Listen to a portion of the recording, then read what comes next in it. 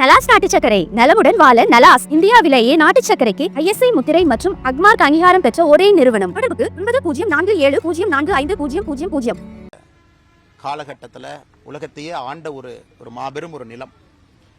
1012 ஆரம்பிக்கப்பட்ட கங்கை கொண்ட சோழபுரம் கோவில் 1025 கட்டி முடிக்கப்பட்ட பிறகு கிட்டத்தட்ட 250 ஆண்டுகள் நாம் நின்று கொண்டிருக்கக்கூடிய நிலம். பாரதத்தினுடைய தன்மையை, பாரதத்திலிருந்து உலகத்திற்கு நாம் கொடுக்கக்கூடிய கலாச்சாரத்தை எல்லாம் பறைசாற்றிய நிலம் இன்னைக்கு மிக பெருமையாக இருக்கிறது. நாங்களும் இங்கே நின்று கொண்டிருக்கின்றோம். அன்பு சொந்தங்களே, நம்முடைய பாரத பிரதமர் அவர்கள் இங்கிலாந்து வெற்றி பயணத்தை முடித்துவிட்டு, மாலத்தீவு வெற்றி பயணத்தை முடித்துவிட்டு நேரடியாக நம்முடைய தமிழகத்துக்கு வந்திருக்கிறாங்க. அதிலும் நேரடியாக நேற்று தூத்துக்குடி விமான நிலையத்தை திறந்து வைத்துவிட்டு நேரடியாக கங்கை கொண்ட சோழபுரத்துக்கு வர்றாங்க. இங்கே வந்த பிறகு மாபெரும் மன்னன் ராஜேந்திர சோழன் அவர்கள் திருவாதிரை நட்சத்திரம், இன்னைக்கு Tamil calendar English calendar merge பண்ணும்போது 23 ஜூலை இந்த ஆண்டு திருவாதிரை நட்சத்திரம் வந்துச்சு. திருவாதிரை நட்சத்திரத்தன்னைக்கு ஆரம்பிக்கப்பட்ட அந்த மத்திய அரசினுடைய விழா இன்னைக்கு 27ஆம் தேதி முடிவுக்கு வருது. பிரதமர் அந்த நிகழ்ச்சியில் பங்கேற்கிறாங்க. 1000 ஆண்டுகள் இந்த கோவில் கட்டி முடிக்கப்பட்டு 1000 ஆண்டுகள் ஆகுது. கடாரம் தேசத்தை ராஜேந்திர சோழனுடைய படைகள் அதை ஆட்கொண்டு 1000 ஆண்டுகள் ஆகுது. அதையெல்லாம் கௌரவிக்கும் விதமாக பாரத பிரதமர் நரேந்திர மோடி அவர்கள் இன்னைக்கு ஒரு மத்திய அரசு நாணயத்தை வெளியிடுறாங்க, ஒரு கரன்சி வெளியிடுறாங்க, காயின் வெளியிடுறாங்க. அதுவும் நமக்கு பெருமை.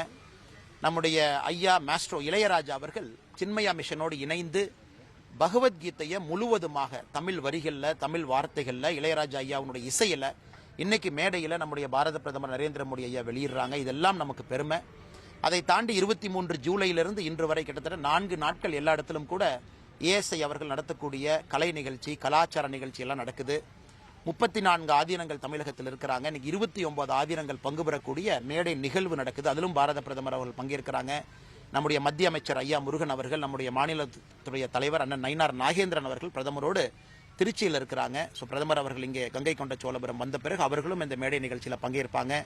எங்களுடைய தலைவர்கள், குறிப்பாக எங்களுடைய மாநிலத்தினுடைய பொதுச் செயலாளர் அண்ணன் கருப்பு முருகானந்தன் அவர்கள், இங்கே இருக்கக்கூடிய எங்களுடைய மாவட்ட தலைவி, மாவட்ட தலைவர்கள் எல்லோரும் கடுமையாக உழைத்து பிரதமர் அவர்களுக்கு 50,000க்கு மேல தொண்டர்கள் உற்சாகமான வரவேற்பு ஹெலிபேடிலிருந்து கோவில் வரை கொடுக்கிருக்கிறாங்க.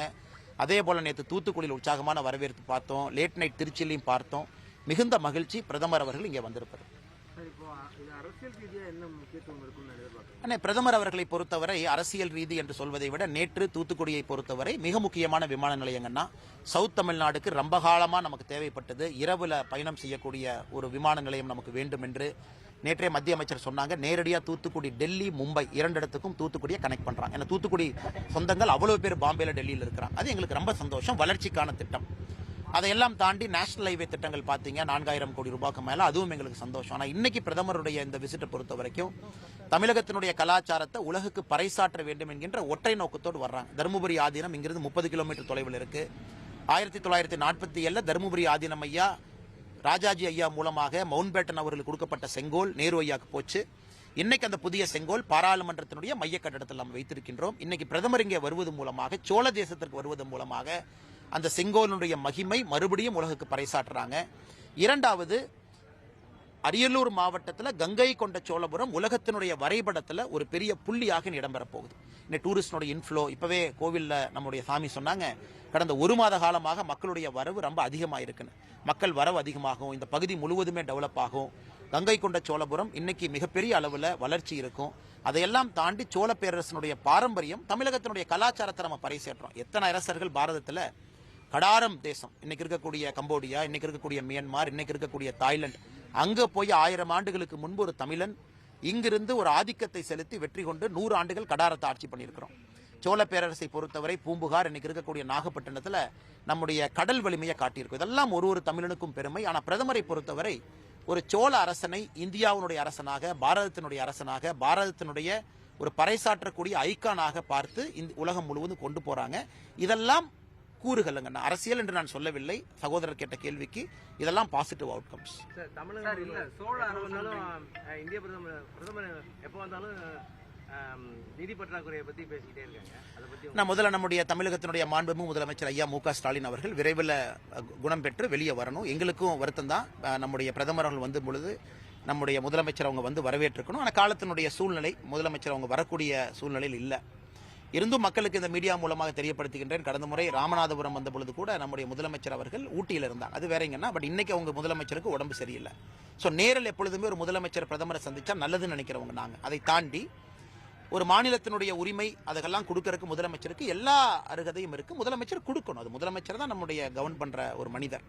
ஆனா இந்த விஷயத்தை பொறுத்தவரை நரேகால பற்றாக்குறை அவங்க கொடுத்திருக்கக்கூடிய மனுவில் பத்திரிகை நண்பர்கள் கேட்டாங்க, நரேகா எங்களுக்கு என்ன பணம் வேண்டும், 100 நாள் வேலைவாய்ப்பு திட்டம்.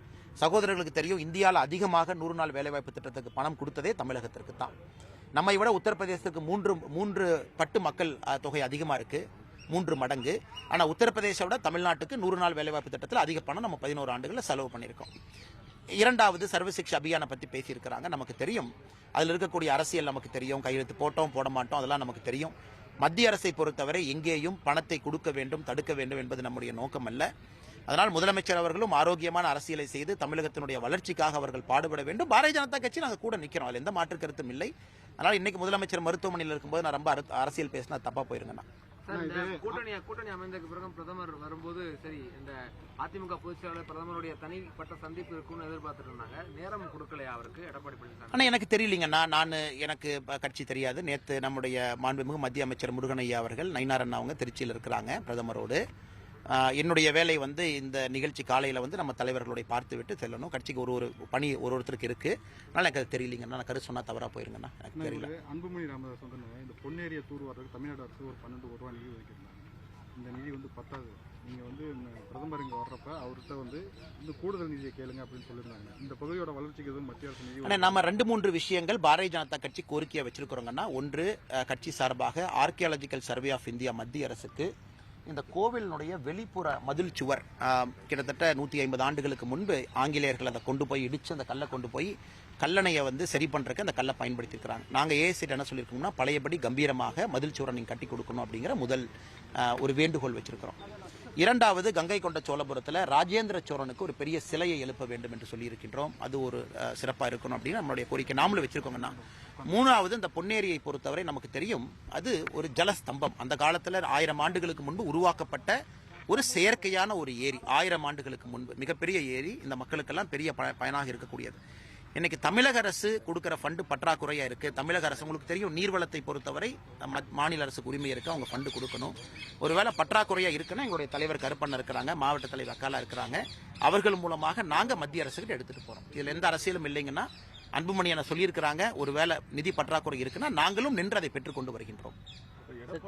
சுற்றுப்பணி செய்யறாங்க தமிழகம் முழுவதும், அதுக்கு உதயநிதி மக்களை காப்பாற்றணும்னு சொல்லிட்டு சொல்றாரு. ஆனா முதல்ல பாஜக இவரை தான் காப்பாற்றணும்னு சொல்லிட்டு உதயநிதி. ஆனா ஒரு எதிர்க்கட்சி தலைவருக்கு மக்களை சந்திப்பதற்கு முழு உரிமை இருக்கு. அதாவது எதிர்க்கட்சி தலைவர் செய்யறாங்க, அவங்க போகணும், மக்களை சந்திக்கணும், பேசணும், ஆளுங்கட்சி செய்யக்கூடிய தவறுகள் எடுத்து வைக்கணும். இன்னைக்கு உதயநிதி ஸ்டாலின் அவர்கள் போட்டியா நடந்து வரணும், போட்டியா அவங்க நடத்தணும்னு நினைச்சாங்கன்னா அவரும் வரட்டும், 4 ஆண்டுகள் சாதனையை சொல்லட்டும் மக்கள் முன்னாடி. இப்ப நாங்க ஒரு முறையும் 5 ஆண்டுகள் முடிந்த பிறகு நாங்க மக்களை பார்க்கிறோம், 10 ஆண்டுகள் முடிந்த பிறகு நாங்க பார்க்கிறோம், 11 ஆண்டுகள் முடிந்த பிறகு பார்க்கிறோம். உதயநிதி அவர்கள் சாதனையை சொல்லட்டும். நாங்க 4 ஆண்டுகள் இவ்வளவு பண்ணியிருக்கோம். அதனால் சாதனைகள் எதுவும் செய்யாமல் வெறும் சோதனைகளை மட்டும் மக்களுக்கு கொடுத்துட்டு வேண்டுமென்றே ஒருவரின் மீது குற்றச்சாட்டு வைப்பது எப்படி முறையாகும்? அதே தான் அன்புமணி ராமதாஸ் அவர்கள் செய்யறாங்க. அவங்க இன்னைக்கு போறாங்க, அதையும் நாங்கள் வரவேற்கின்றோம். காரணம், அவங்களும் திராவிட முன்னேற்ற கழகம் அரசு செய்திருக்கக்கூடிய தவறுகளை சொல்றாங்க. அதனால் எங்களை பொறுத்தவரை, உதயநிதி அவர்களை பொறுத்தவரை, அவர்கள் எதுவுமே செய்யாம வெறும் வாய்ச்சவடால வண்டி ஓட்டி கொண்டிருக்கின்றார்கள். அவங்க நாங்க போய் மக்களை சேர்த்துறோம் ஊரா போறக்கு நேரம் இருக்கக்கூடிய உதயநிதி அவர்கள் மக்களுக்கு என்ன நல்லது பண்ணுன்னு சொல்றதுக்கு எனக்கு பிரச்சனை. அதனால முதலமைச்சர் அவர்கள் மருத்துவமனையிலிருந்து குணமாகி வெளியே வந்த பிறகு அவர் மக்களை சந்திச்சு 4 ஆண்டுகள் என்ன சாதனை செஞ்சிருக்குன்னு சொல்லுவாரு. தேர்தல் வாக்குறுதி 511 தேர்தல் வாக்குறுதியில எவ்வளவு செஞ்சிருக்கும் அப்படின்னு வெள்ளை அறிக்கை மருத்துவமனையிலிருந்து வந்தோடனே கொடுப்பாரு, நாங்க நம்புறோம்.